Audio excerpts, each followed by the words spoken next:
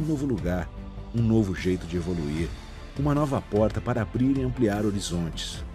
Pados, garantindo a sua segurança.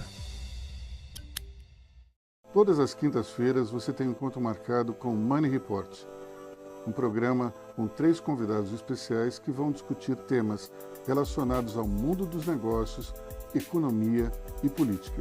Enfim, grandes assuntos que importam para você e sua empresa.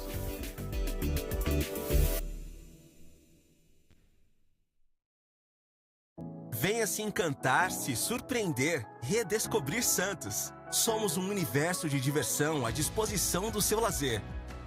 Somos história e cultura. Somos fauna e flora. Somos entretenimento, esporte, diversidade, hospitalidade e muito mais. Somos Santos. Venha se apaixonar, estamos preparados para recebê-lo. Redescubra Santos. Muito mais cultura, história e lazer para toda a família. PMC News. Informação que gera valor.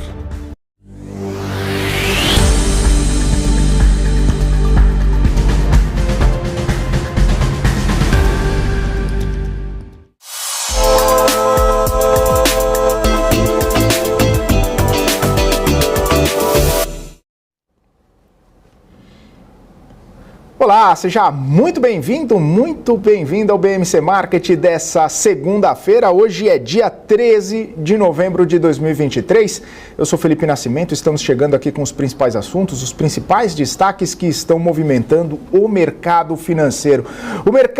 O Ibovespa, que cai 0,26%, mais ou menos em linha com o que está acontecendo no cenário internacional, que está um pouco pé atrás, né, com toda a expectativa de divulgação dos dados de inflação nos Estados Unidos, o CPI, que acontece nessa terça-feira. Claro que depois de tantas falas de Jerome Powell, principalmente na semana passada, a respeito da trajetória dos juros, a trajetória da inflação e como isso acaba afetando as expectativas dos atores do mercado lá nos Estados Unidos, esse dado é muito importante, esse dado acaba trazendo, né, grandes expectativas e grandes movimentações no mercado internacional. Claro que quando a gente olha, né, a movimentação lá fora, começou em queda, já passou para o patamar positivo, agora a Nasdaq voltou para o patamar negativo, muitas incertezas, muitas oscilações, muita volatilidade que a gente vê no cenário internacional, isso acaba de alguma forma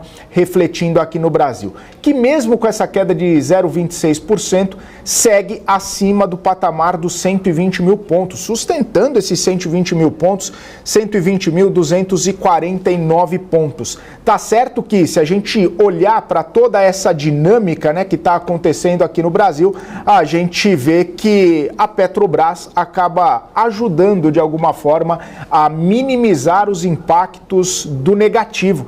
Petrobras, que já sobe mais de 2% nesse momento e acaba segurando um pouco esse ímpeto de queda no Ibovespa. Principalmente quando a gente olha os principais pesos do Ibovespa, Vale está para baixo, os grandes bancos, Bradesco, Itaú, Banco do Brasil, estão para baixo também. Vale, inclusive, que ajudou um pouco nessa movimentação de queda do Ibovespa, porque até começou num patamar positivo, com o preço do minério de ferro lá na China em elevação, atingindo inclusive as máximas de alguns meses, e o minério virou para o patamar negativo. Claro, alguns pesos de pé atrás, de cautela com a economia chinesa, com o andamento da economia chinesa, e isso acabou segurando um pouco do ímpeto da Vale. E claro, entrando num patamar negativo, também traz um peso aqui para o Ibovespa. Interessante a gente notar, né, essa dinâmica, porque a gente falava, né, bolsa para baixo, dólar para cima, juro para cima também, a gente vendo essa movimentação na curva de juro e no dólar para cima. É uma movimentação um pouco de aversão ao risco que a gente vê também importado do cenário internacional. Mas olhando para o cenário doméstico, olhando para o que a gente tem aqui no Brasil, a discussão da meta fiscal está bastante forte e deve ser resolvida, ou pelo menos uma tentativa de resolução nessa semana, porque até o dia 16, até a próxima quinta-feira, existe a possibilidade, é o prazo para que os parlamentares encaminhem emendas de possibilidade de alteração na meta do resultado primário do ano que vem. O governo insiste em ser meta zero, mas hoje o senador Lindbergh Faria já apresentou, né, toda a possibilidade de duas emendas possibilitando duas metas. A primeira com um déficit de 0,75% do PIB e a segunda com uma meta de 1% de queda, 1% de déficit do PIB. A argumentação é que colocar uma meta de 0,5% do PIB abriria pouco espaço, né, para o gasto e não possibilitaria possibilitaria muitos contingenciamentos. Se fosse 0,5% do PIB, abriria espaço ali teria que ter 40 bilhões de reais de contingenciamento, coisa que, se for entre 0,75% e 1% de déficit, aí seria bem menos contingenciamento do ano que vem. E claro que o governo está de olho nessa movimentação por conta de que mais contingenciamento seria menos investimento em obra, menos investimento em gastos chamados sociais pelo governo, e claro que tudo isso está no peso aí, está no radar dos investidores. É uma questão muito importante que deve ser discutida ao longo dos próximos dias no Congresso Nacional, até bater o martelo, até finalizar a lei de diretrizes orçamentárias. E a gente, claro, fica de olho nessa movimentação, fica de olho em tudo que acontece aqui no Brasil, lá nos Estados Unidos. Aqui no Brasil também a gente teve o Boletim Focus, já repercutindo uma parte, né, do IPCA que a gente teve na semana passada, na sexta-feira.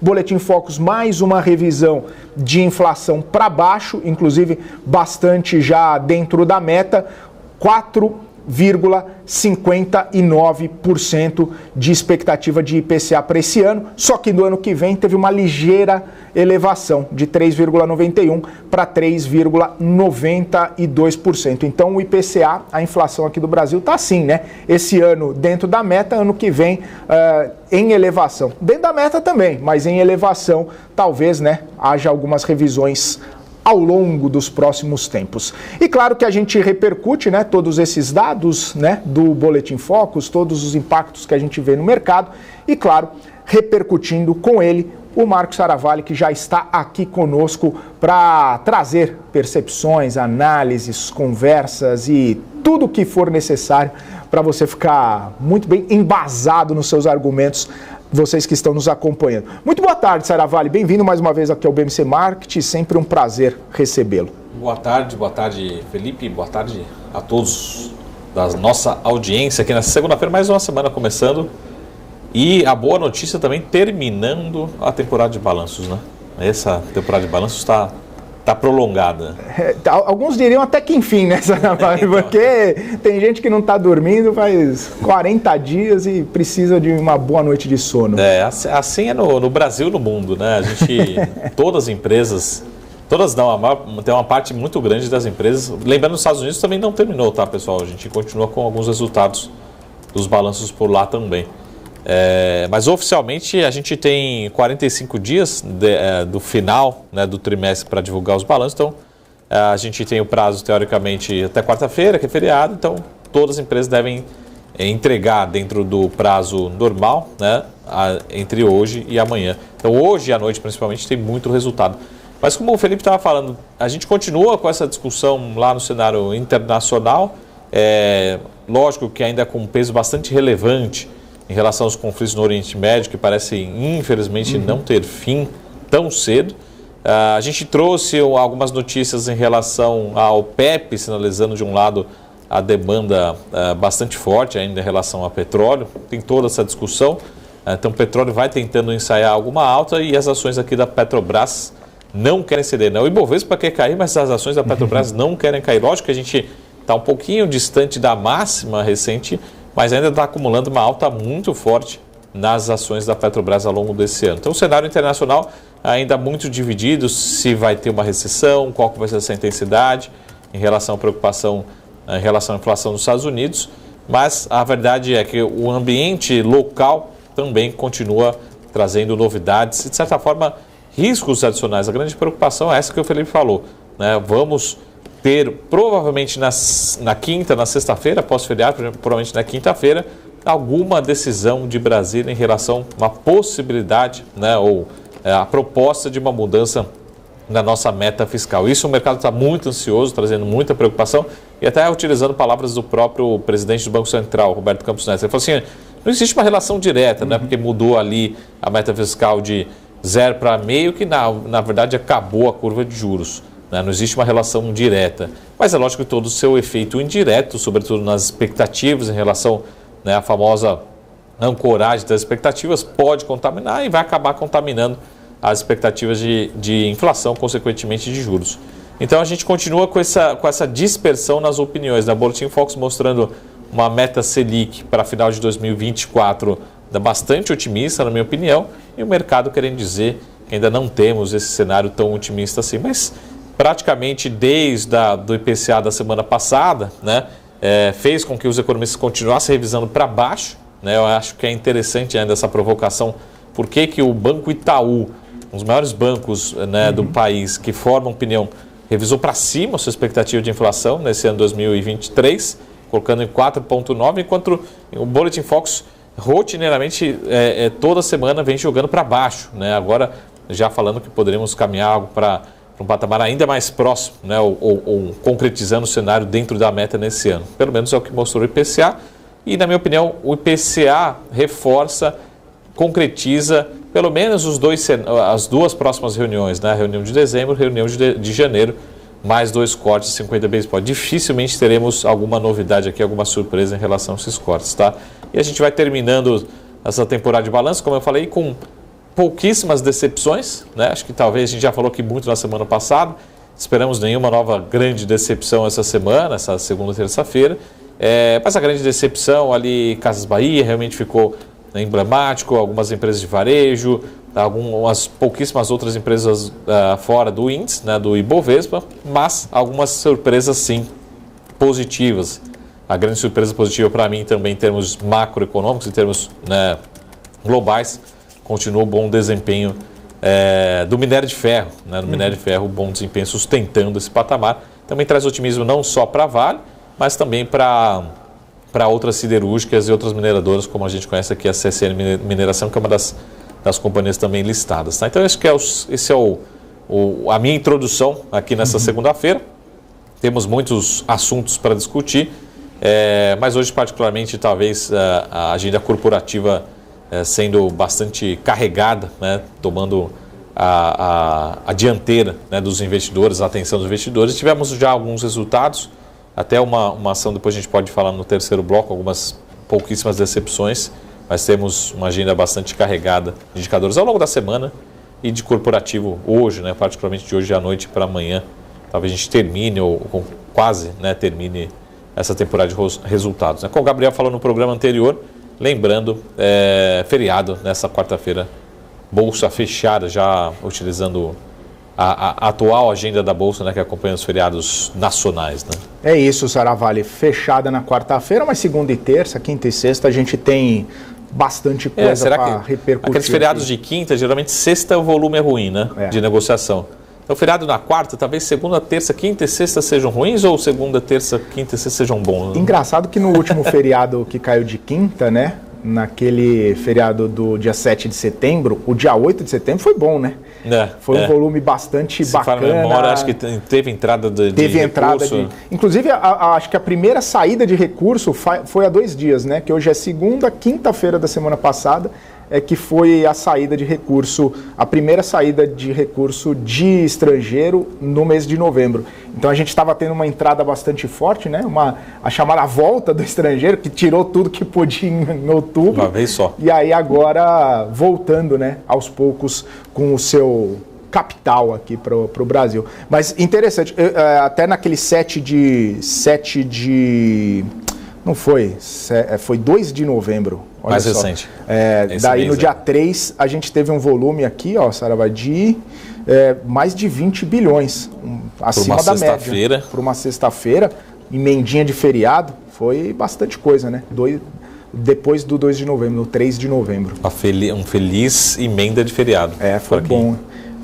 Foi bastante forte aquela questão, porque foi logo depois da super quarta, a gente não conseguiu repercutir a queda do juro aqui, a gente não conseguiu repercutir as falas do Powell, a gente ficou ali todo mundo, meu Deus, e agora o que eu faço? Sexta-feira vamos trabalhar, vamos trazer grana para o Brasil então. E tem sido um mês bem diferente do que, como o Felipe falou, um mês bem diferente do que foi o mês de outubro, né? Alguns eu posso até comparar que está sendo um mês meio que um espelho, né?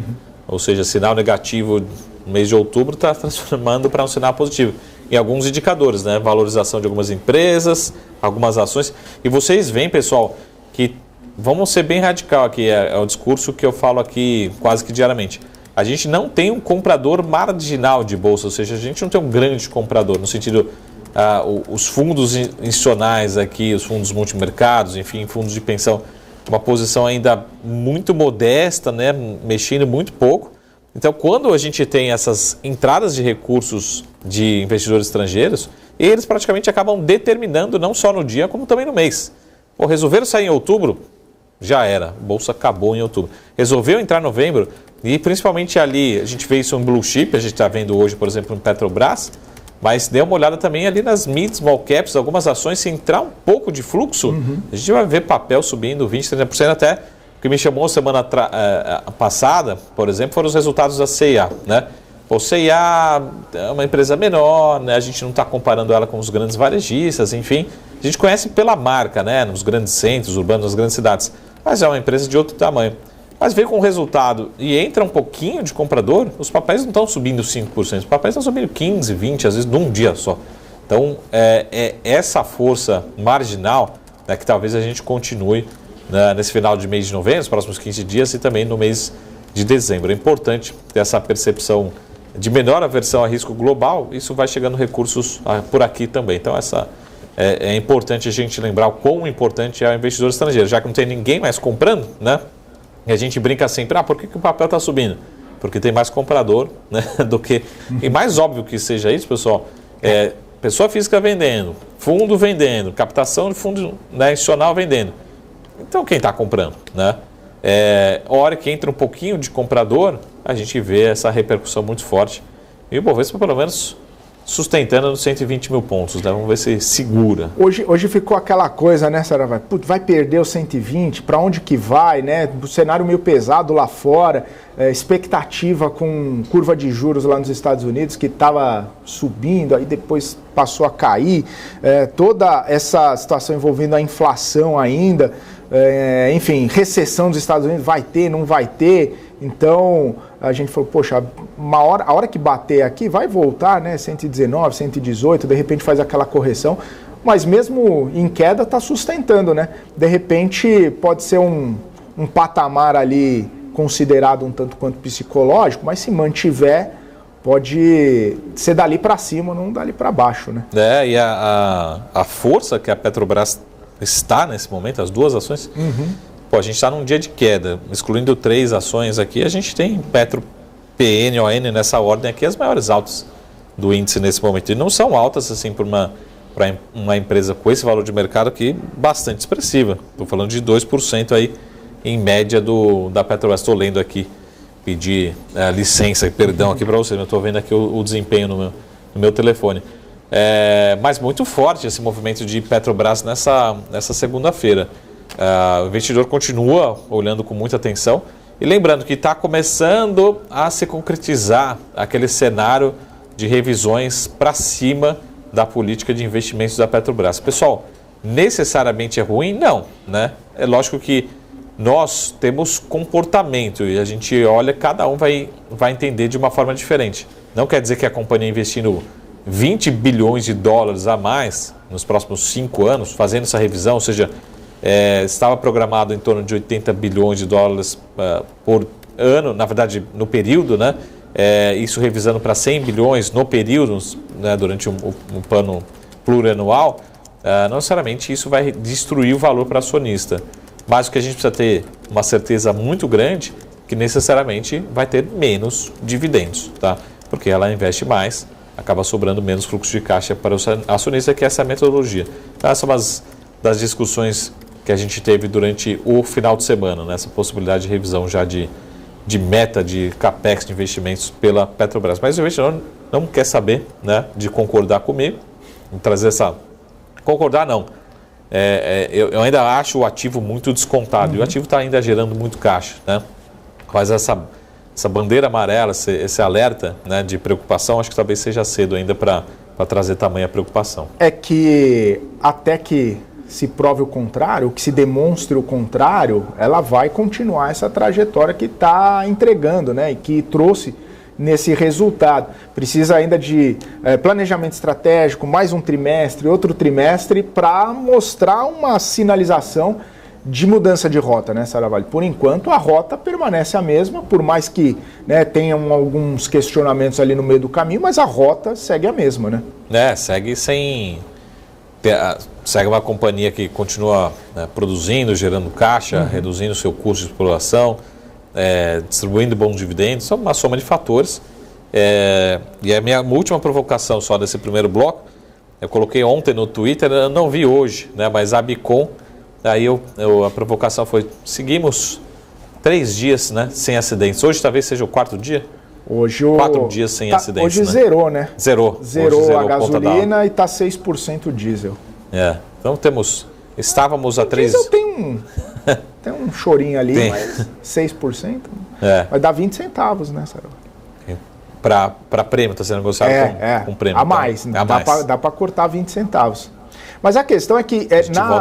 Desculpa interromper, mas lembra um tema que no passado que a gente teve uma comoção social aqui em São Paulo, você lembra? Não é pelos 20 centavos. Foi 2013, Saravalli. 2013, sim. Tinha gente que não era nem nascido.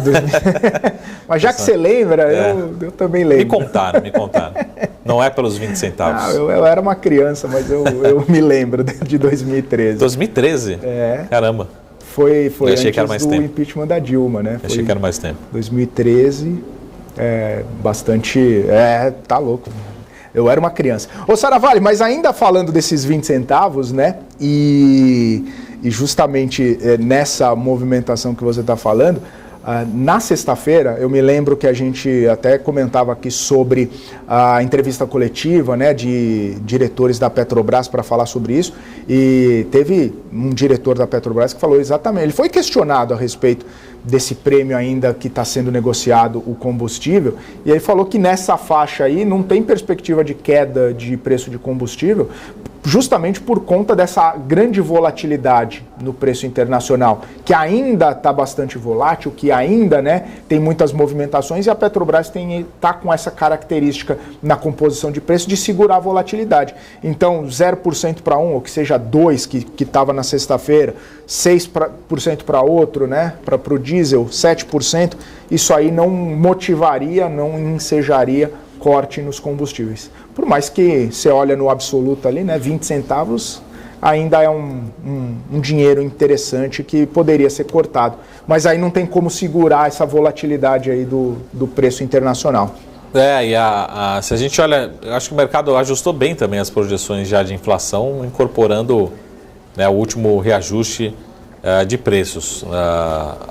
Lembrando que o peso da gasolina ele é desproporcional ao peso do diesel na composição, né, os impactos no IPCA, nas projeções de IPCA. Não vejo nenhuma uma preocupação aqui, e se tivesse, por exemplo, vamos supor o cenário que a gente tenha só a mudança, só a queda do preço do diesel, a gente não teria um efeito tão grande assim nas projeções de IPCA particularmente. O importante é o peso da gasolina, né, aqui no nosso IPCA, nas projeções de inflação.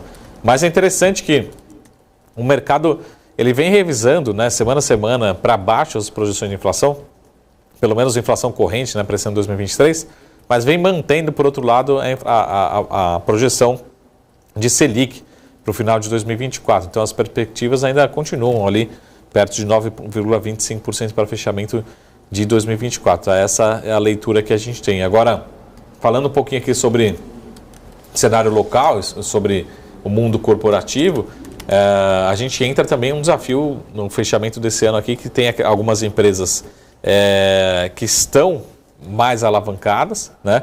Mas que também tem um consumo de caixa no final de ano. Não necessariamente receita ou EBITDA, mas pode ter algum consumo de caixa até por conta de sazonalidade. Então, tenho preocupação como é que está esse movimento, né, de estrutura de capital dessas companhias. Isso é importante sempre a gente ver com olhos mais próximos para entender bem essa situação. Tá? Então, estamos terminando essa temporada de resultados e também alguns efeitos aqui que, para quem não esteve aqui na sexta-feira, recapitulando um pouquinho sobre os Sara Gráficos, lembrando também que tem todo esse ambiente desafiador de relacionamento entre China e Estados Unidos, que talvez também seja um grande assunto para essa semana, né? Que eu mostrei na sexta-feira, é que a China vem cada vez se relacionando cada vez menos, né? Diminuindo a sua pauta de exportação, ou seja, seu relacionamento com os Estados Unidos em termos de exportação, ou seja, a China vem exportando cada vez mais para o resto do mundo e também financiando cada vez mais os Estados Unidos. Bateu um recorde alguns anos atrás em termos de financiamento de peso, né? Ou seja, de volume financeiro mesmo em treasury, em títulos americanos, e hoje está com peso muito menor. Então, mais um assunto aí importante para a gente acompanhar durante essa semana, aqui, essa proximidade ou esse distanciamento entre China e Estados Unidos, que é o que também, de outro lado, tem feito um pouco o minério de ferro recuperar, né? Trazendo um pouco de recuperação, menores preocupações em relação ao setor de construção civil na China. A gente está vendo o minério de ferro sustentar.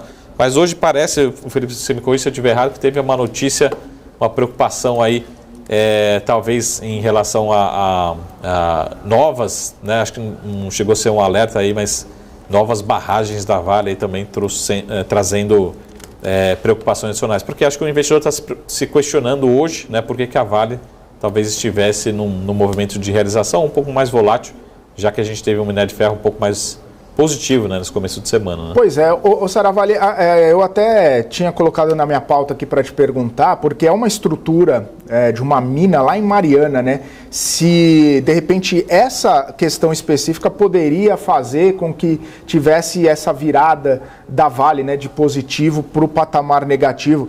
Só complementando a notícia que eu separei aqui, ó, a Agência Nacional de Mineração determinou evacuação do povoado de Santa Rita Durão, em Mariana, e interdição de 3 pilhas de estéreo, que são acúmulos de rejeitos lá na mina de Fábrica Nova. Essa interdição foi determinada na sexta-feira, depois da Vale não comprovar a estabilidade dessas minas, né, segundo esse documento da Agência Nacional de Mineração. Então, esse plano de ação de emergências, 295 pessoas fazem parte da população englobada, 144 delas moradoras da região. Outras pessoas são trabalhadores, né, funcionários da mina.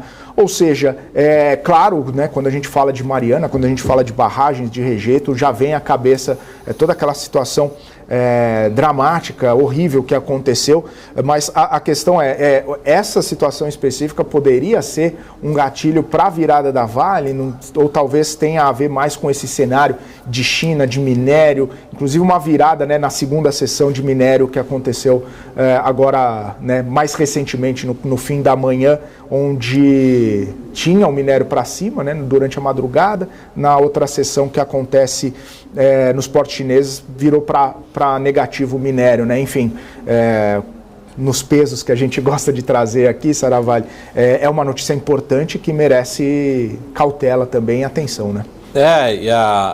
De novo, é um assunto, assim, mais um assunto que ninguém quer recuperar, a gente não gosta, não quer que aconteça, né? Acho que ninguém gostaria de ver acontecer novamente, mas nós, analistas, é difícil a gente medir, né, alguns possíveis impactos. A gente tem acesso aos números públicos, mas é difícil a gente entender o seguinte: Marco, como é que estão os investimentos da companhia em barragens, em recuperação, em proteção, né?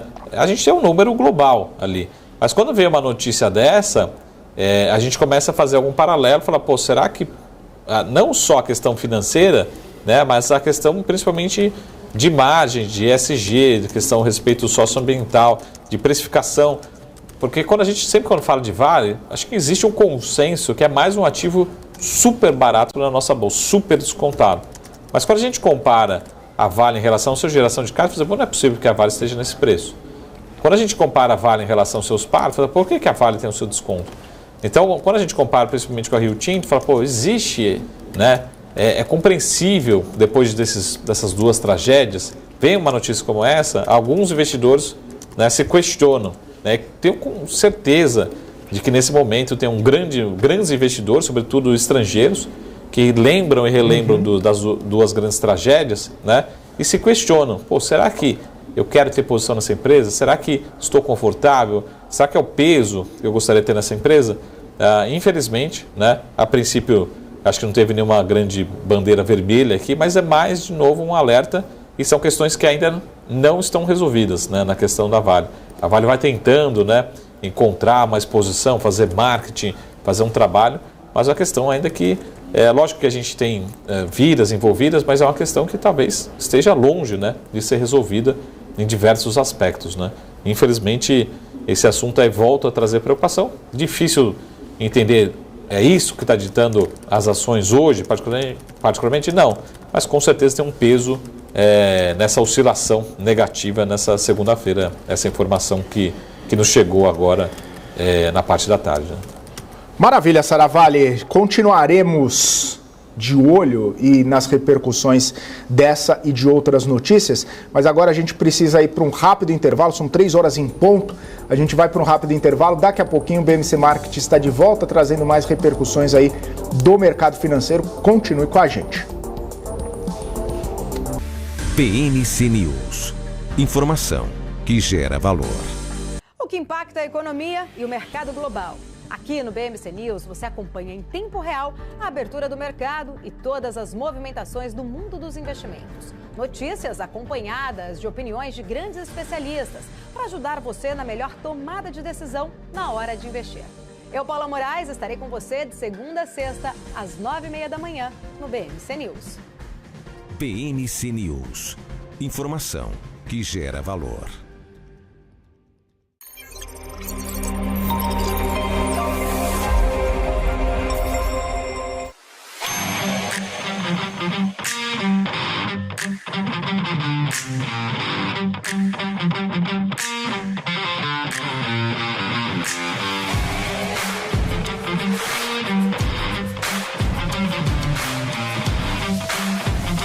Vortex Ion.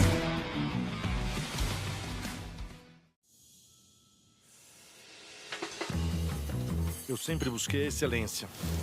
Para mim, dar o máximo é o mínimo. Poder contar com quem me entende. Tá aí uma coisa essencial para o meu sucesso. Aqui a gente encara seus desafios como se fossem nossos. A excelência do BTG está em cada detalhe que faz sentido para você. Sua trajetória merece essa experiência. BTG Pactual. Dê um BTG na sua vida. As empresas que fazem parte do seu dia a dia estão em uma das maiores bolsas do mundo, a Nasdaq. E a boa notícia é que você pode investir nessas empresas diretamente pela Avenue, sua corretora nos Estados Unidos. Com os dados das ações dos Estados Unidos fornecidos pela Nasdaq em tempo real, o cliente Avenue pode acessar diretamente as maiores bolsas do mercado americano. Entre neste mercado de tecnologia e inovação. Acesse avenue.com.br/Nasdaq e seja bem-vindo ao mercado global. BMC News, informação que gera valor.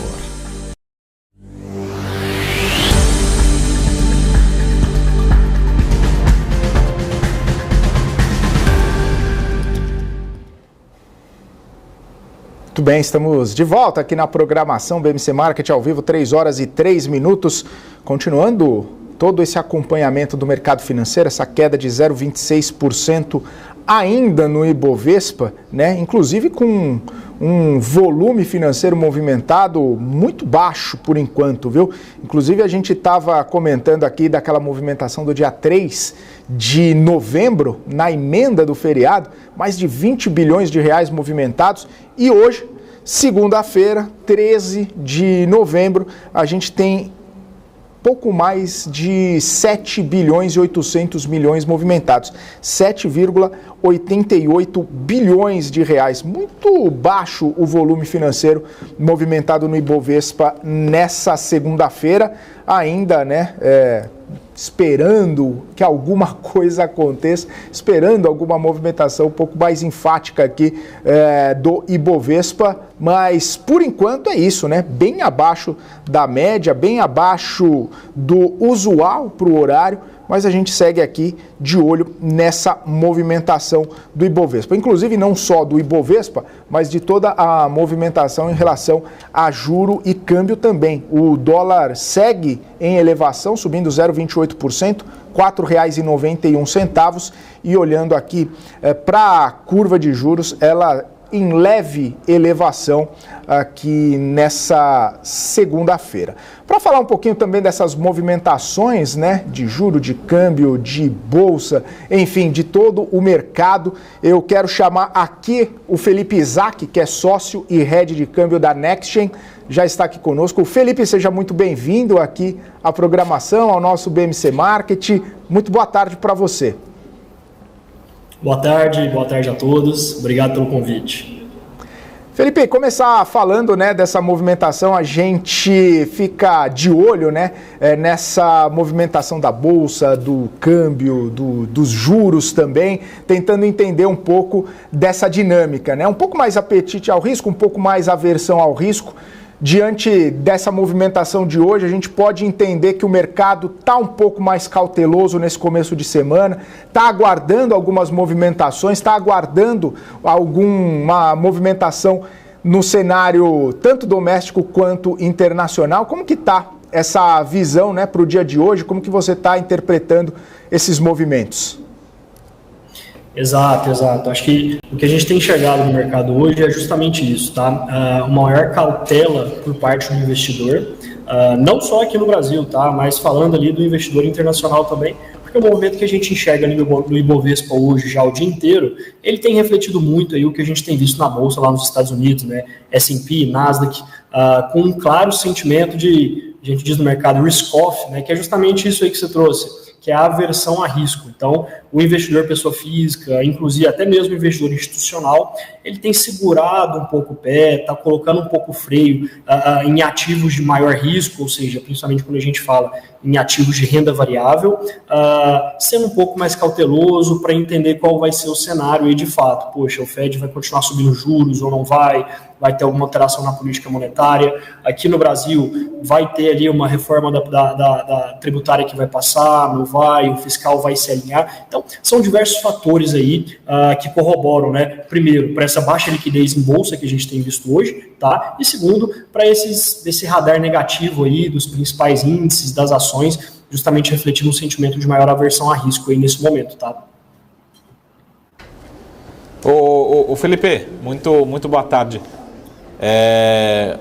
Começando pelo cenário internacional, né, falando um pouquinho dessas últimas notícias, nós tivemos, de certa forma, um pouquinho de notícia positiva ali desde a apresentação, desde a decisão do Fed, né, depois do payroll, mas o mercado ainda é muito incerto para 2024 em relação ao cenário internacional, a velocidade de crescimento norte-americano, né.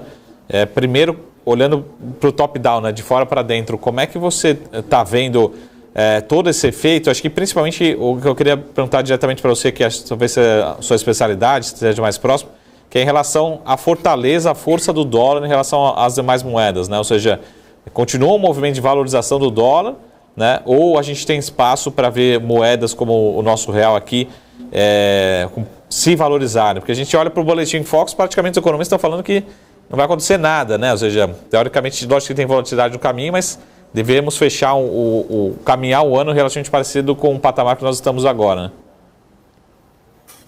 Legal, bom ponto, tá? Vamos falar em partes aqui, né? Trazendo um pouco do que a gente tem visto ali no cenário externo, nos Estados Unidos, apesar de que a gente realmente teve notícias muito positivas nessas últimas 2 semanas, né?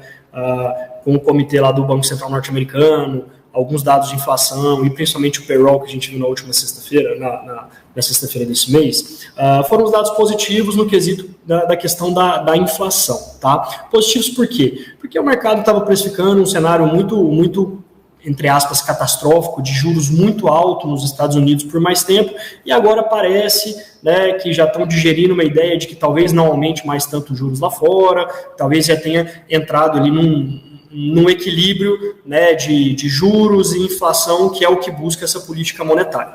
Mas o que ainda paira aí no radar, tá? Ainda paira esse quesito aí de uma possível recessão econômica ou de um crescimento mais fraco. O que corrobora muito com isso? Dados que a gente vê principalmente de China.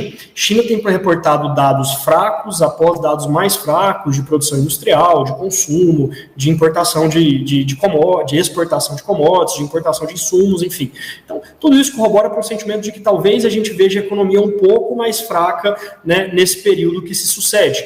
Então, gera esse sentimento aí de aversão a risco, tá?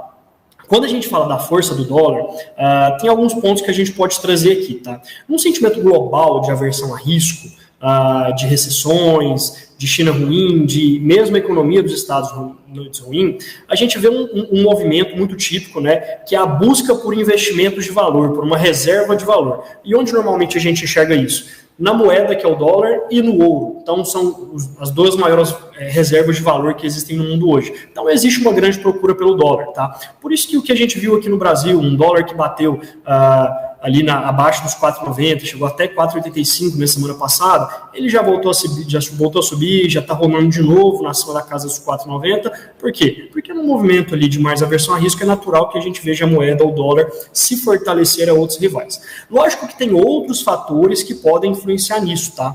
Quando a gente traz isso para o Brasil, a gente para e pensa, poxa, o que faria o nosso real, né, a moeda brasileira, se valorizar frente ao dólar, tá? Aí a gente pode falar de alguns pontos importantes. Primeiro delas, tá? Uma taxa de juros real muito alta aqui no Brasil teria um potencial, né, pela questão do fluxo, de maior entrada de capital estrangeiro, então o nosso real poderia se valorizar. Foi o que a gente viu acontecer quando a gente saiu de uma taxa de juros de 2 para quase 14, né? A gente viu o dólar caiu bastante, ou seja, o real se valorizou por essa diferença aí de juros, tá? Outro ponto que é muito importante, o Brasil, tá, assim como alguns outros países subdesenvolvidos próximos, tem uma fronteira, uma exportação muito grande de commodities, tá? Petróleo, minério, agrícolas. Então, sempre que a gente enxerga uma inflação de preço nesses produtos, né, então uma alta no petróleo, igual a gente está vendo recente agora, uma alta no minério de ferro, quando o consumo da China está aquecido, uma alta na soja, no milho, na carne bovina, é natural que a gente veja a nossa moeda se fortalecer um pouco. Esse é o cenário base? Talvez nem tanto. Tá? Com a possível recessão no mundo, principalmente com a China mais devagar, talvez a gente veja uma diminuição do consumo de petróleo, consumo de minério, o que pode impactar ali no quesito de ver o real mais forte. Por isso que a gente tem visto, né, projeção atrás de projeção do Fox, mantendo mais ou menos aquele mesmo patamar de $1 na casa dos R$5. Por quê? Não se enxerga tanto uma commodity valorizando tanto no cenário externo, a taxa de juros já começou a baixar no Brasil. E a gente pode falar de um fator interno muito importante, que é o que gera confiança no mercado, no investidor estrangeiro principalmente, que é a questão do compromisso fiscal por parte do governo brasileiro, que ainda assim não tem nada definido e está longe de ser controlado, está longe de passar uma mensagem boa mundo afora. Então isso também dificulta, né, esse cenário de nós conseguirmos enxergar o real se fortalecer muito ante ao dólar, né? Ou seja, começar a ver um real abaixo dos 4,50, por exemplo. Então, tá meio difícil de enxergar esse cenário, tá? Por isso que a gente vê esse Fox aí meio inalterado, girando em torno dos R$5, que deve ser o cenário que a gente enxerga do dólar. O Felipe, inclusive, pegando esse último gancho que você falou do fiscal, né?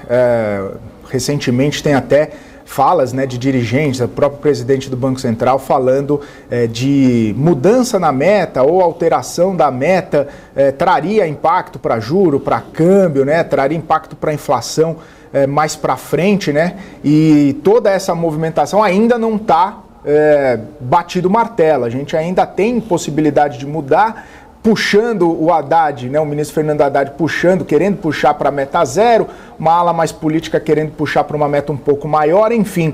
Queria entender na sua visão se o mercado já precificou essa possibilidade de alteração na meta ou se a alteração efetiva não está exatamente precificado. Porque, é claro, o mercado já imagina que não vai ter meta zero, que não vai ter o déficit zero no ano que vem, mas acredita numa perseguição da meta por parte do ministro Fernando Haddad.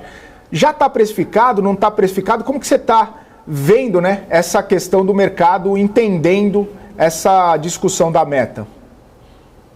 Legal. O caminho é bem por aí, né? O mercado ele sempre precifica antes de acontecer. Então, imaginar que o governo brasileiro, que o Estado brasileiro não vai atingir a meta zero é algo que já está ali basicamente meio precificado, que o mercado já aceitou, né? Isso já movimentou muito e mexeu na curva de juros, mexeu um pouco na precificação do dólar, enfim. Então, o mercado já acredita que a meta zero não vai acontecer. Porém, a meta zero ela não vai acontecer, mas ela está ancorada a uma meta que de fato é trazer a zero. Então, se a gente enxerga uma mudança na meta, que ela para de ser zero ou para de ser uma meta positiva e ela passa a ser aceitável, ter esse compromisso fiscal ainda pior, né? Ou seja, um déficit, começa a aceitar ter um déficit, aí a gente começa a enxergar que a meta ela nunca é atingida. Então, sempre que tem uma meta, espera-se que ela chegue abaixo da meta. Então, se a gente mudar muito a meta, que é o que tem sido discutido, é provável que o cenário piore e se degrade ainda mais, tá? Apesar dessa possibilidade de existir, isso ainda não está precificado no mercado, e isso tem gerado um sentimento meio ruim, tá? Por quê? Porque a gente vê um presidente, autoridade, que é o presidente da República, querendo falar cada vez mais que não vai atingir a meta, que tem que mudar a meta, que não quer ter compromisso fiscal, muito pelo contrário, quer gastar, quer viajar, quer colocar dinheiro no mercado, e a gente vê a autoridade monetária do país, que a gente pode falar que talvez seja o ministro da Fazenda, na figura do Fernando Haddad, querendo bater o martelo que ele vai perseguir de fato a meta zero. Então, esse embate, né, entre presidente e ministro da Fazenda gera um desgaste meio ruim. Então, o mercado ainda está bem cauteloso em relação a isso, mas o que eu acho que a gente pode falar aqui com certa convicção é que sim, né, uma meta zero não ser atingida já está precificado. Agora, uma possível mudança de meta, o que poderia degradar ainda mais o cenário, isso ainda não está precificado e o mercado tem ficado bem de olho nisso aí. Ô Felipe, e aí, se houver essa reprecificação, você tem mais ou menos a ideia para onde que vai? Vai abrir mais curva, câmbio vai se depreciar? Que ponto a gente pode chegar nessa precificação do mercado? Quando a gente fala de meta fiscal, é um dos principais, se não o principal indicador de que o país tem para indicar para o mundo um sentimento de confiança. Tá? Então, se a gente chega num país que tem uma meta fiscal e ele não vai bater ela, ou seja, vai apresentar déficit primário, já é ruim na questão da confiança no cenário externo. Se a gente visualizar uma mudança de meta, que seria ainda pior do que a atual, e que começássemos a enxergar um déficit fiscal ainda maior, o que a gente enxerga assim falando, poxa, eu sou um estrangeiro, sou um investidor, sou um fundo, quero investir no Brasil. Eu vou enxergar, poxa, mas eu vou investir num país, né, ou na, entre aspas, empresa Brasil, que não tem compromisso, não consegue pagar todas as suas contas, tem que contrair dívida, está gastando mais do que deveria. Então, poxa, eu não confio nesse país, não confio nessa empresa, não vou colocar meu dinheiro nesse país. Então, por isso que isso é prejudicial. Porque se a gente chega num cenário de que o país não tem uma meta fiscal adequada, não tem uma política fiscal adequada e tem apresentado déficit seguidos de déficit, a gente perde a confiança de qualquer tipo de investidor estrangeiro. E a gente não fala só do investidor que quer colocar dinheiro para render renda fixa no Brasil, não. A gente fala de investimento de capital estrangeiro, de abertura de empresas, de criação de empregos, diversos pontos nesse sentido. Então, o que a gente fala? Poxa, cenário ruim, a meta vai piorar, o déficit pode ser que piore. É natural que a gente veja o quê? Uma curva de juros abrir mais, porque vai ser difícil controlar a inflação nesse sentido. Então a gente pode ver os DIs abrindo, a gente pode enxergar mais no futuro uma dificuldade pelo ministro, pelo presidente do Banco Central, quem quer que seja, conseguir continuar baixando os juros, a taxa básica de juros no país, e a gente vai ver uma deterioração no sentido da moeda, tá? Porque ao invés de nós vermos capital estrangeiro entrando no país, a gente deve ver um maior fluxo de capital estrangeiro saindo do país. Então, se a gente vê esse fluxo saindo, é natural a gente ver a nossa moeda, né, depreciar, ou seja, a nossa moeda se desvalorizar frente ao dólar. Ô Felipe, acho que um dos principais assuntos pós-feriado, né? Acho que no pré-feriado está todo mundo falando sobre o calor, né, Felipe? Mas pós-feriado, acho que dois assuntos. Quando vai embora essa onda de calor, mas falando em calor, vamos pegar o cenário aqui, chega na quinta-feira, chega-se na conclusão que a gente vai ter um déficit aí, fiscal de 1% do PIB em relação para 2024. A pergunta é, como é que você vê a reação? Uma pergunta super simples, direto ao ponto, para saber assim, quanto que o mercado já tem na conta, né? Acho que muita gente está tentando fazer esse cenário. Ou seja, será que a gente pode, como o Felipe falou, continuar piorando a curva de juros, pelo menos estressar mais, o Boletim Focus revisar, que acho que para mim está bastante otimista ainda o Boletim Focus. Como é que você vê, dependendo de cada cenário? Marco, veio zero, o Haddad ganhou a batalha, fecha tudo, enfim, como é que você vê cada cenário?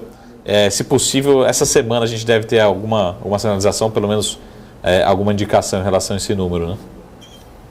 Legal.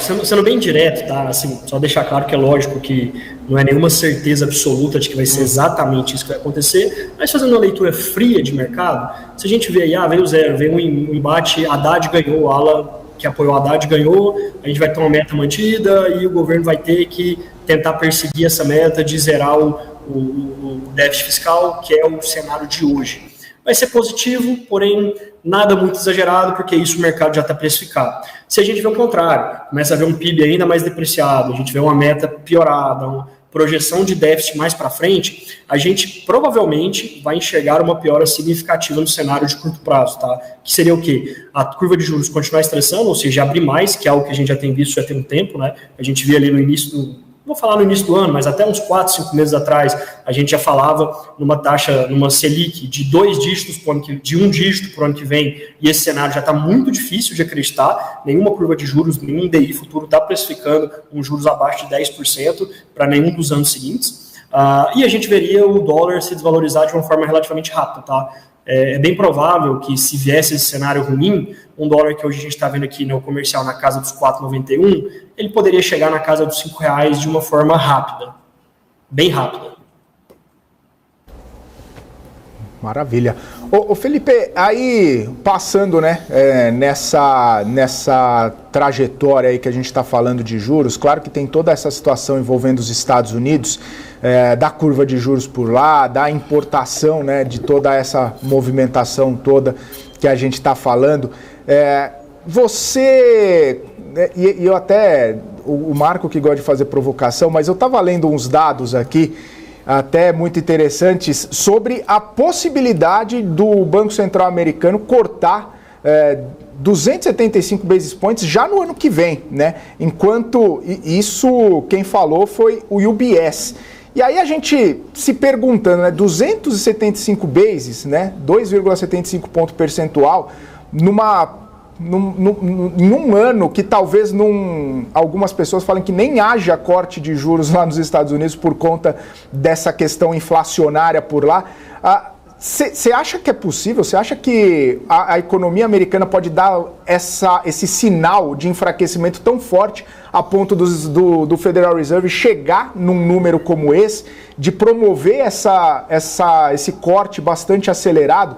E aí a segunda pergunta, né? O que isso poderia trazer de impacto, né? Esse fechamento tão forte do juro lá nos Estados Unidos, que tipo de impacto poderia trazer por aqui nesse ambiente? Traria um fôlego, traria um ânimo, traria uma movimentação mais forte para nós aqui também? Legal, excelente pergunta, tá? Realmente, o UBS ele tá bem otimista aí nesse cenário, mas assim, é algo difícil de acreditar que aconteça de forma tão rápida e tão acentuada. Tá? Lógico que quando a gente fala de política monetária, de corte de juros, a situação dos Estados Unidos é muito diferente da do Brasil, que é o que a gente é acostumado a vivenciar aqui. Tá? Então, uma taxa de juros lá fora igual está ali na casa dos 5,5%, já chegando próximo dos 6%, é algo historicamente muito alto. Eles estão em recordes históricos de taxa básica de juros alta. Então, isso pode ser muito prejudicial no longo prazo. Então, o presidente do Federal Reserve, né, o Jerome Powell hoje, e os demais dirigentes, eles têm uma missão muito difícil lá nos Estados Unidos, justamente porque eles precisam conseguir controlar a inflação, só que eles não podem deteriorar demais a economia. Por quê? Porque os Estados Unidos é um país de volume, um país de escala. Tudo que eles precisam para crescer, para gerar riqueza, depende muito de volume. Se lá eles começarem a enxergar uma diminuição muito grande no consumo, por exemplo, pode gerar um cenário muito ruim. Por isso que às vezes se fala, né, que eles podem começar a baixar os juros já no primeiro semestre do ano que vem, e é uma aposta que grande parte do mercado já começou a fazer. Tá? Agora, no ponto de já baixar 275 pontos, talvez já seja muito otimista. Tá? Mas ok, vamos enxergar esse cenário que baixou muito rápido, de forma muito abrupta no decorrer do ano lá fora, de forma muito acentuada. Isso teria assim uma recorrência natural aqui quando a gente fala de Brasil, tá? Uma queda muito abrupta lá nos Estados Unidos faria o dólar se desvalorizar, justamente porque geraria um sentimento de maior apetite a risco, pessoas saindo de ativos de renda fixa, saindo de treasuries americanas, saindo de bonds, enfim, e migrando para a renda variável, tá? E isso, naturalmente, teria também uma saída de capital da renda fixa norte-americana para a renda fixa ou para investimentos mundo afora. Então, a gente veria o dólar se desvalorizar e, naturalmente, a gente poderia ver o real, né, ganhar força aí nesse sentido, tá? Outro ponto positivo é justamente esse sentimento de apetite a risco que ele tende a refletir no mundo como um todo. E aí, talvez o Brasil esteja relativamente, não vou falar bem posicionado, mas está numa posição agradável, tá? Que, poxa, se a gente vê um capital grande saindo dos Estados Unidos procurando mais ativos de maior risco, com possibilidades de retorno, quando a gente para olhar a Bolsa Brasileira hoje, que está rodando a múltiplos baixíssimos, tá? Comparado historicamente, a gente enxerga um lote de oportunidade nos ativos de risco brasileiro. Lógico que tem toda a questão do governo, da meta fiscal, que é sim um problema, mas se a gente começa a enxergar um cenário de queda abrupta lá fora, a gente deve ver o dólar se desvalorizar, a gente pode ver o Banco Central brasileiro tendo mais aptidão para baixar mais os juros aqui, e a gente pode ver uma reação ali nos ativos de risco mundo afora, principalmente os aqui no Brasil também, quando a gente fala aí de Bolsa de Valores. Ô Felipe, só uma última pergunta. Nas finalzinho da semana passada, ali no apagar das luzes, a gente estava vendo a Moody's rebaixar, na verdade colocar com possibilidade de perspectiva negativa o rating lá dos Estados Unidos. Eu pelo menos, Felipe Nascimento aqui, me corrija se eu estiver errado, mas eu vi pouquíssimas repercussões aí no mercado internacional. A Bolsa aqui praticamente não está colocando preço, ou seja, ninguém coloca no preço uma possibilidade de redução de rating, enfim, uma maior preocupação em relação a esse tema. E qual que é a leitura que a gente tem em relação a esse tipo de notícia? Porque será que o mercado não está dando bola para as agências de risco? Será que já está tudo no preço? Enfim, a curva de juros já está tão estressada, não precisa mais de estresse, não vem notícia, não incorpora mais. Como é que você vê essa possibilidade? Porque todo mundo fala nos Estados Unidos, fiscal, vem a notícia, né, a agência de rating, mas o mercado, acho que ninguém está dando muita bola para uma possibilidade dos Estados Unidos ter um rating pior, né? Não digo hoje ou semana que vem, mas ao longo dos próximos anos, ter esse rebaixamento de classificação. Ou será que é exagero, né, pensar nesse cenário? Não, legal. Assim, acho que não é exagero pensar nesse cenário, tá? Só que talvez um medo que o mundo como um todo tem bem menos do que outras coisas que têm acontecido. A gente, de fato, viu essa notícia no final da semana passada. Ela teve, sim, uma repercussão, tá? Muito se comentou, pessoas falando, mas não foi uma repercussão muito negativa ali de cara, tá? Lógico que teve uma repercussão. Hoje, parte do que a gente tem visto aí nesse mercado lá fora, que reflete aqui no Brasil, né, desse sentimento de cautela, de baixa liquidez, de aversão a risco, está um pouco ligado a essa notícia de um possível rebaixamento de rating, tá? Só que o mercado ele fica um pouco mais cauteloso quando se fala de rating nos Estados Unidos, antes de já precificar uma catástrofe. O que, diferentemente de outros países, né? Por quê? Porque, querendo ou não, a economia norte-americana ainda é a economia mais forte, é o braço político mais forte do mundo, e lá, por assim, sem entrar em nenhum ponto, né, nenhum ativismo político de nenhuma área, mas eles têm um ponto muito positivo, que apesar de eles terem dois grandes partidos ali, ambos eles concordam em diversos pontos, que no final é o quê? É fazer a economia dos Estados Unidos andar, é fazer o norte-americano ter uma vida melhor e as coisas darem certo. Tá? Então, toda vez que a gente já viu cenários de precificação de risco, ou de rating, ou de risco de crédito nos Estados Unidos, é comum que a gente veja, no final das contas, sempre os partidos, né, lá fora, que, entre aspas, se unirem, mas aprovarem as medidas que precisam ser aprovadas para que o país, para que a economia, para que o fiscal, ele entre nos trechos e não deixe acontecer nenhuma situação catastrófica. Então, por isso que o mercado, apesar de ter uma cautela sim, é algo de se preocupar, mas dá um pouquinho mais de chance antes de já precificar um cenário ruim. Maravilha. Felipe, quero agradecer sua participação, obrigado por estar aqui com a gente, obrigado mais uma vez por aceitar nosso convite. Volte sempre, uma ótima semana para você, até uma próxima. Obrigado, pessoal, boa tarde a todos e até mais. Obrigado. Valeu, tchau, tchau. É isso aí, Felipe Zac, sócio e head de câmbio na NextGen, aqui com a gente, 3 horas e 29 minutos. A gente segue de olho, né, nessa movimentação aqui no mercado financeiro. O Ibovespa, como eu muito bem trouxe aqui no começo do nosso bloco, um Ibovespa em leve queda, pouco volume, 8,4 bilhões apenas de volume financeiro sendo negociado. E aí uma movimentação bastante divergente, se a gente pode dizer assim, né? Muitas empresas do mesmo setor, inclusive, né? Setor de varejo, mais sensível a câmbio, mais sensível a juro, algumas subindo, outras descendo, elas não estão muito caindo ou subindo em bloco, não está tendo uma movimentação muito igual das companhias. E isso a gente consegue perceber na movimentação aqui. Claro que a gente tem, né, daqui a pouco, depois do fechamento do mercado, uma expectativa com os resultados, principalmente, olha só, Magazine Luiza, tem JBS, Raízen, Cosan, CSN Mineração, tem BRF também. Nossa, uma série de empresas aqui divulgando seus resultados e a gente vai comentar amanhã, obviamente, muitos deles. Mas existe essa expectativa e existe também essa movimentação. Olhando para as empresas que puxam o índice aqui, eu tenho a Petrobras, que sobe mais de 2,3%, Petri 4, as ações preferenciais de Petrobras, que a gente muito bem comentou aqui. E é interessante que o setor bancário, setor financeiro, está caindo, né, nesse momento, com o Bradesco caindo 2,5%, o Itaú caindo 0,8%, o Banco do Brasil caindo 0,4%. Só o Santander sobe nessa segunda-feira, subindo 0,3%, as units de Santander subindo 0,3%.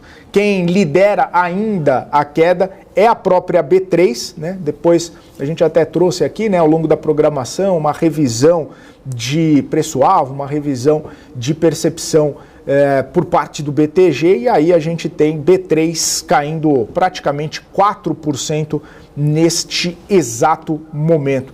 Várias empresas que não estão, né, no índice subindo bem no dia de hoje, inclusive quem gosta de Light aí deve estar um tanto quanto feliz, quase 9% de elevação de Light. Lembrando que na sexta-feira já subiu 8% e hoje subindo mais 9% as ações de Light, inclusive as ações estão em leilão nesse momento por conta dessa movimentação, dessa oscilação bastante grande que a gente está vendo nos ativos da companhia.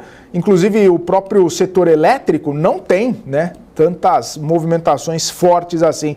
Quem mais sobe, tirando o Light, obviamente, é a Eletrobras, 1,2%, né? Então, para você ver como não é nada setorial, não é nada que impacta todas as empresas. E quem mais cai é a CEMIG, 1,17%. Neste exato momento. São 3 horas e 32 minutos, a gente vai agora para um rápido intervalo. Daqui a pouquinho, Marcos Saravalli e eu voltaremos para continuar essa nossa conversa, continuar esse nosso bate-papo a respeito de todas as movimentações do mercado e, claro, grandes análises, grandes percepções do Saravalli a respeito de tudo que está acontecendo nessa semana, que vai ter um dente ali no meio do caminho, uma quarta-feira de descanso, de sossego, mas segunda e terça, quinta e sexta bastante movimentado. Continue com a gente, BMC Market volta já já. BMC News, informação que gera valor. O que acontece no mercado financeiro no Brasil e no mundo está na BMC News. São 24 horas de programação para ajudar o investidor na melhor tomada de decisão.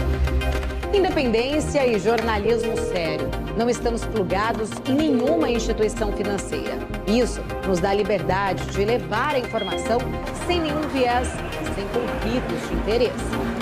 Ser a ponte entre as notícias, empresas, especialistas e os investidores. Tudo de uma forma dinâmica e com uma pitada de bom humor. Informação que gera valor, você sempre vai encontrar na BMC News.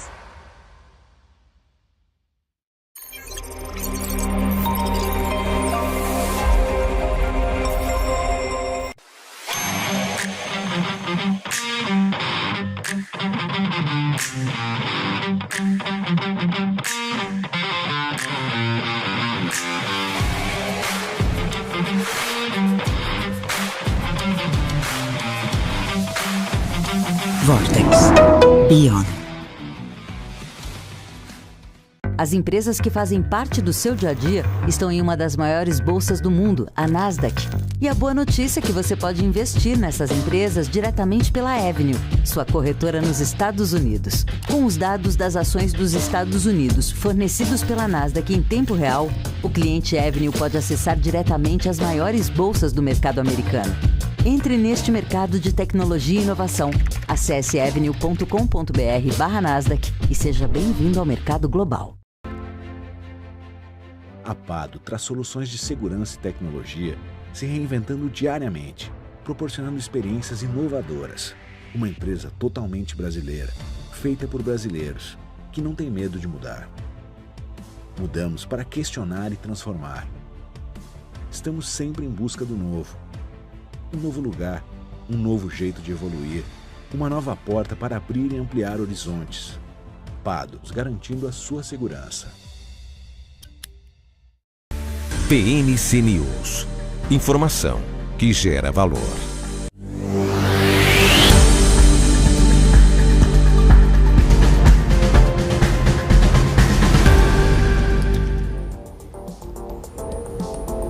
Muito bem, estamos de volta aqui na programação BMC Market ao vivo, 3 horas e 35 minutos. Estava até falando aqui sobre os resultados, né? Essa expectativa, grandes empresas. E o Saravalli tinha falado lá no primeiro bloco a respeito de alguns resultados, né, de varejo que alguns decepcionaram, outros até tiveram uma movimentação importante, né? Uma surpresa positiva até em alguns segmentos do varejo, mas ainda existem empresas que vão divulgar seus resultados nessa segunda-feira, principalmente a gente fala da Magazine Luiza. E também empresa que iria divulgar seu resultado hoje e desistiu, né? Simplesmente falou, hoje não, deixa para quinta-feira, que é o caso de Americanas, né? Na madrugada dessa segunda-feira, lá para 1h15 da manhã, divulgou um fato relevante, falando que não teria condições de divulgar os resultados nessa segunda-feira, como era prometido, por conta da complexidade dessa aferição, né, dos resultados. Já se passaram praticamente 10 meses desde que foi divulgada toda aquela situação envolvendo fraude contábil e a empresa ainda não divulgou os resultados dos exercícios de 2021 e 2022. Então, tem toda essa expectativa.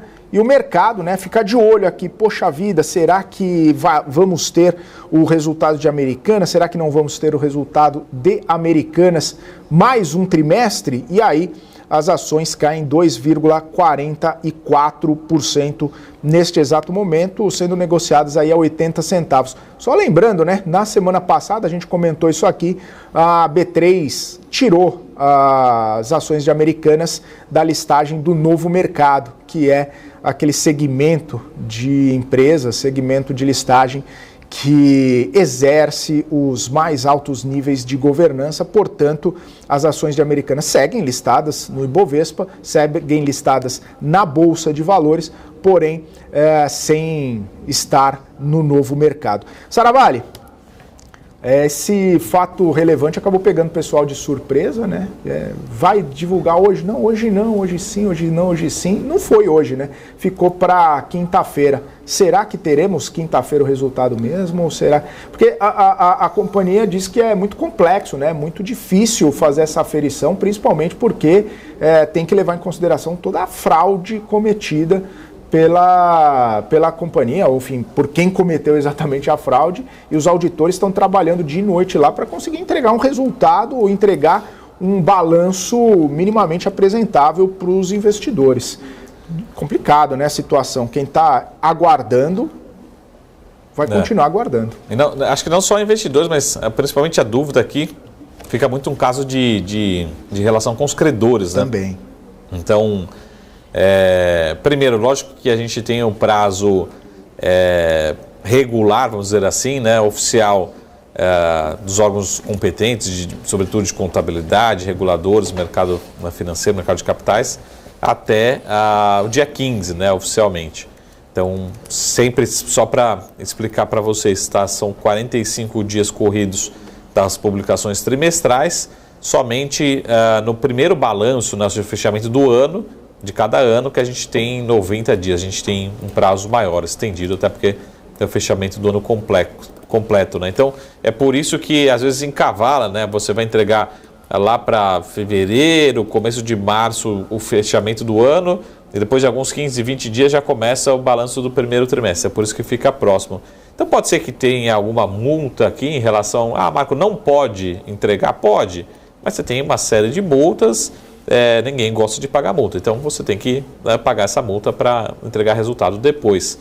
Agora, existe uma ansiedade muito grande, eu conheço pouquíssimos investidores, hoje talvez acho que eu não conheça nenhum investidor institucional de Americanas nesse exato momento, né? Então fica muito ali, para investidor em bolsa, muito na mão de pessoas físicas. Agora a gente sabe que é um caso de credores, né? E credores aí sim, a gente não está falando de pessoas físicas, a gente está falando de credores ou de outros empresários, outras empresas, ou também grandes bancos, instituições financeiras. E essa é aí que mora a dúvida, porque todo dia que saem novas notícias, parece que o caso vai ficando mais complexo, mais obscuro, com mais dúvidas. Hoje saíram algumas outras notícias na mídia, envolvendo diretores, falando que era tudo muito pensado, muito programado, enfim, vai ficando cada vez mais estranha essa relação aí desse caso.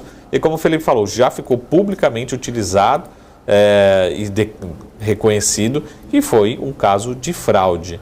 É difícil também até não só para investidores, acionistas, credores, mas também até para quem presta serviço como empresas de auditoria. Como é que uma auditoria vai validar um caso de fraude? O que ela coloca lá dentro do balanço? É uma preocupação muito grande, né? Lembrando que a gente está num processo aí de recuperação, de transição, mas é muito difícil também trabalhar, fazer um processo de auditoria com todas as informações. Que número que eu passo, né? Pode ser um número aqui que eu use 100 ou uso 1, né?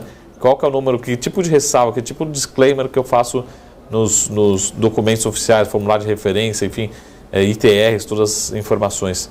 Mas não acho que seja um grande catalisador atrasar. Se fosse uma empresa que não tivesse recuperação, acho que poderia ter um efeito. Agora, como é o caso de Americanas e outras empresas, né? Até teve um balanço que me chamou a atenção, como a Oi também, a Oi pelo outro caso, né? A Oi está em recuperação judicial, mas entregou um balanço bastante antecipado, né? Podemos dizer assim. Então não quer dizer que necessariamente está em recuperação judicial que tem que entregar no último dia ou atrasar, tá? Então não é, também por outro lado, né, sendo um advogado do diabo aqui, também não é desculpa da auditoria falar assim, está em recuperação judicial, tem que ser um dia depois, ou não está dando tempo. Não, tem empresa em recuperação judicial que também está entregando seus balanços aí dentro do prazo oficial, né? Exatamente, Saravali. Tem que respeitar o prazo, até porque esse prazo aí foi estipulado, está na regra e tem que seguir a regra. Ô, Saravali, falando em seguir a regra, hoje a gente tem uma série de resultados, você tinha até comentado, né, no primeiro bloco lá, a gente tem mais empresas de educação, a gente tem empresa de frigorífico, a gente tem instituição financeira, a gente tem varejo. O que a gente olha hoje, Saravali? O que você está olhando? O que você recomenda aí para os investidores ficarem de olho nesse dia? Não estou nem falando recomendação para comprar, para vender, nem para nada, né? Mas que seria interessante acompanhar para ver o número, para ver se, poxa, de repente olhar em relação ao trimestre anterior, ou de repente para capturar um pouco dessa movimentação econômica que a gente está passando. Estou nem falando da questão mais de investimento, o que a gente vai olhar, mas para capturar um momento, seria interessante olhar o resultado para falar, poxa, legal ver esse número aqui. Ou vem aquela pancada de resultado, né? Vem 30 resultados e fala assim, Para onde eu olho? Para quem que eu vou dar prioridade aqui, né? Nessa temporada de balanço? Usualmente é isso. Eu tenho a minha listinha ali, porque eu já tenho uma listinha de empresas que eu espero que tenha resultados em expansão, tá? Quando eu falo assim, primeiro eu não olho a expectativa, eu olho assim, poderemos ter expansão? Expansão eu olho principalmente de EBIT, né? Geração de caixa operacional. Então eu espero expansão operacional nesse resultado? Beleza, eu espero. Que nem é o caso, por exemplo, você falou de frigoríficos. Frigoríficos eu já deixaria num segundo momento. Não colocaria ali na primeira, né, tier 1 da minha listagem, no meu watch list. Por quê? Porque eu espero redução, tá, da geração de caixa em algumas empresas de frigoríficos. Então eu deixaria numa segunda lista. Tem algumas empresas que a gente possa encontrar expansão da geração de caixa quando a gente compara terceiro trimestre de 22. Esse tipo de papel é o que eu costumo priorizar, porque a chance que a gente possa encontrar alguns resultados acima das expectativas, acho que é muito aqui. Então, frigoríficos, pode ser que venha menos ruim, mas a gente sabe que vem com redução, até como a gente viu o Petrobras. Né? Saiu todo mundo na mídia, nossa, o lucro caiu tantos por cento, mas já era esperado. Eu prefiro mais olhar que pode ter alguma surpresa positiva. Ó, o EBITDA veio, esperado era a expansão de 30%, veio expansão de 40%, ou com margens melhores. Né? Então, esse tipo de segmento. Então, o que a gente está virando consenso dentro dessa temporada é, tem alguns setores que a fotografia ainda não é das melhores ainda, né? Ou seja, a fotografia ainda mostra uma estrutura de capital meio alavancada, bastante alavancada, crescimento modesto, mas a gente jogar contra alguns setores também está ficando para trás. Esse é o recado que eu queria falar para vocês. Pô, vamos jogar contra Magazine Luiza, jogar contra mesmo até as Casas Bahia, que para mim foi um resultado desastroso, assim, decepcionante. Eu acho que a companhia, na minha opinião, a companhia não falou isso, minha opinião, mas eu não descartaria a necessidade de uma nova oferta de ações, que seria de novo ruim para a companhia, para todos os acionistas, diluir todo mundo. Mas mesmo assim, eu acho que a gente está chegando no momento, até pelo ambiente macroeconômico, de começar a jogar contra. Você tem que ter muita convicção para jogar contra. Né? Até como o Felipe falou, o pessoal tem resultado de educação, do setor de educação. A fotografia ainda não é uma fotografia perfeita, né? É um setor também que sofreu muito na pandemia. Não é uma situação perfeita. Mas olhem os resultados que foram já divulgados no setor e a reação a esses resultados, mostrando justamente isso. Ó, o pior ficou para trás, daqui para frente é medir um pouco a velocidade do que pode ser esse setor. Tá? E por fim, se você não quer também correr tanto risco assim, porque a gente fala assim, Marco, mas você falou para ficar posicionado nesse setor aqui, o resultado veio bom, mas as ações caíram. Isso é bastante comum, né? Sai um resultado bom, as ações caem. Né? Fala, pô, e às vezes sai um resultado nem tão bom assim, a ação sobe. Não quer dizer que no dia ali o mercado vai precificar tudo num dia só. Se você quiser evitar um pouco isso, a gente ainda tem alguns bancos médios, divulgando resultado de hoje para amanhã. E banco a gente sabe que é difícil ter uma grande surpresa. Né? Ele vem numa tendência, né? A gente tem surpresas, por exemplo, assim, não o caso do Bradescão, mas vamos ver o caso da Lojas Americanas. Pô, a gente não sabia como ia passar no balanço aquele prejuízo ali, aquele PDD.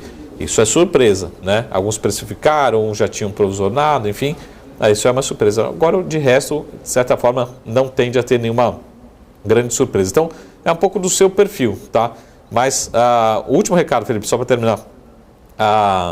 O importante também é que algumas empresas já estão sinalizando um bom quarto trimestre. Algumas empresas têm a sazonalidade, né? Black Friday, Natal, mas já estão sinalizando tanto um quarto trimestre como também um começo de 24 melhor. Então também é importante sinalizar esse tipo de empresa, né? Você está exposto ou tem uma posição nesse tipo de empresa, também já comprando um pouco do quarto trimestre e um pouco do primeiro semestre, tá? Então não seja necessariamente o resultado em si, né? Eu não acompanhei, por exemplo, já não me perguntem, mas amanhã eu vou fazer a lição de casa. Mas eu não acompanho, por exemplo, o resultado da M Dias. Né? Olhando pelos resultados da M Dias, não pareceu ser tão ruim, assim, pelo menos eu olhei por cima. As ações vêm caindo 7, 8%. Né? Chegou a cair mais de 9%, se fala a memória, hoje. Né? Então, provavelmente a companhia sinalizou alguma preocupação daqui para frente. Né? A fotografia, a princípio que eu olhei, não sei, ou foi tão decepcionante, o mercado esperava muito mais, mas não me pareceu ser um resultado tão ruim assim. Então, operar resultados é uma arte, é bem difícil, mas eu prefiro muito mais ir direto nas ações das empresas que têm uma perspectiva de entrega já de expansão de earnings, né, de geração de caixa. Então, frigoríficos, não. Frigoríficos já é esperado, né, que esses frigoríficos que vão terminar em JBS, Marfrig, vão entregar resultados, possam ter comparativamente um EBITDA menor por conta, né, de fatores macro do setor.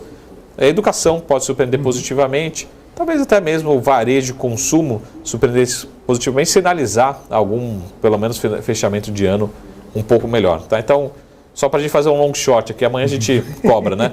Então, comprado em educação, não necessariamente vendido, neutro, né, em proteínas, aí, em Marfrig e JBS, para resultado, para um trade aqui de curto prazo, não para longo prazo. Até porque o histórico da proteína, o que já saiu não foi muito bom, né? O mercado bateu em Minerva e está esperando só JBS, Marfrig e BRF para saber o que vai acontecer, né? Então, eu tenho que usar as informações a meu favor também, né? Mas é interessante, Saraiva, você estava falando da M. Dias Branco, eu fui olhar, né? Falei, pô, o que será que aconteceu? E a headline é, a M. Dias Branco cai mesmo com números acima da expectativa.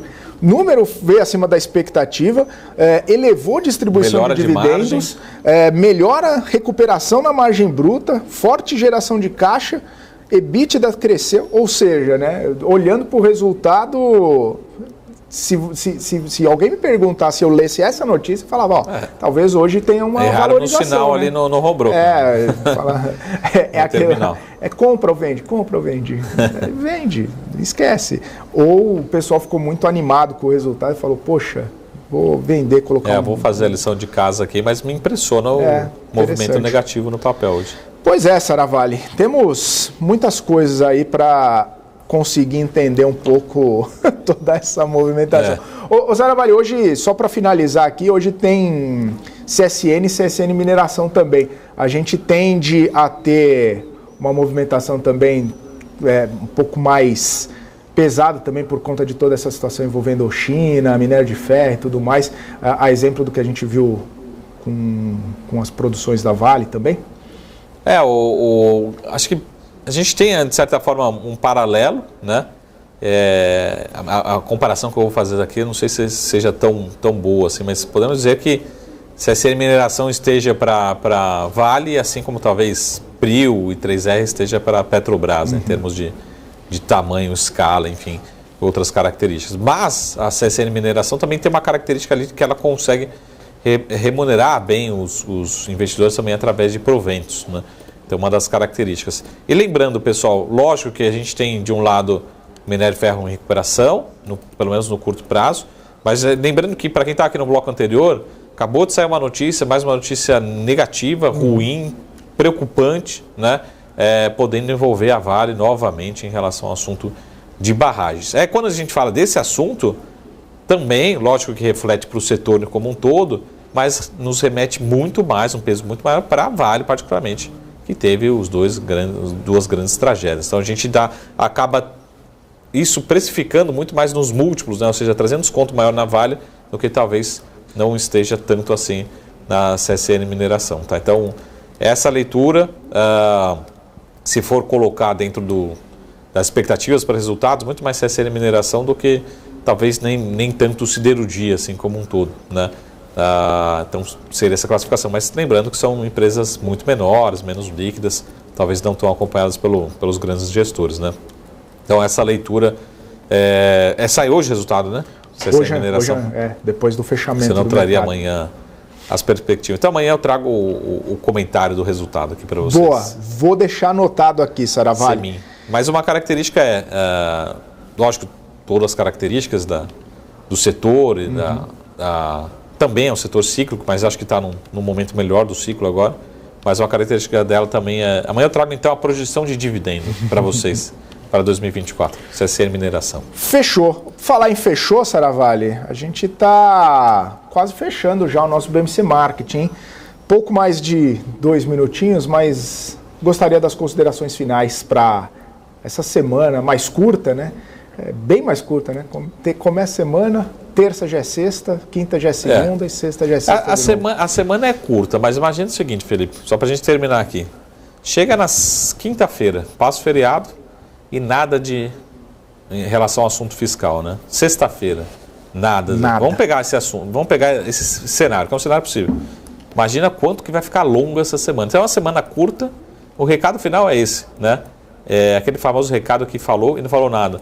Mas é um recado de que pode ser uma semana curta, em termos de dias, mas pode ser uma semana longa. Enquanto não tivermos, né, uma proximidade, uma definição, né, que a princípio hoje também mais uma fala da possibilidade do interesse, né, de alteração dessa meta fiscal para 2024, isso vai se tornando cada vez mais longo essa semana. Então, só para quem viu o marketing vai entender essa frase, né? Uma semana curta que pode ser interminável, né?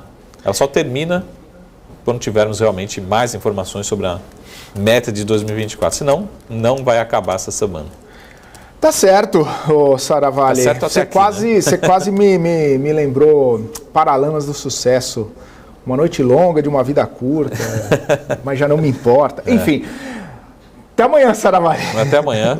Valeu. Nos vemos amanhã. Nos vemos amanhã nessa semana longa ou semana curta, depende da sua corrente filosófica. São 3h54. Obrigado pela sua audiência, obrigado pela sua companhia, obrigado por estar aqui com a gente ao longo dessa tarde no nosso BMC Market, a gente trazendo todos os destaques, todas as notícias que movimentam o mercado financeiro. E claro, você continua com a gente, você que nos acompanha dentro do nosso portal bmcnews.com.br, também no nosso canal do YouTube, na Pay TV, né, nos canais fechados, e você que está dentro do Profit da Nelogica acompanhando a movimentação do mercado aqui na BMC, continue com a gente porque agora vem o closing. O Gabriel Monteiro, o Maurílio Goldner fechando o mercado nessa segunda-feira e eu volto amanhã a partir das 2h30 da tarde com o Marcos Saravalli e nossos convidados. Forte abraço, tchau, tchau.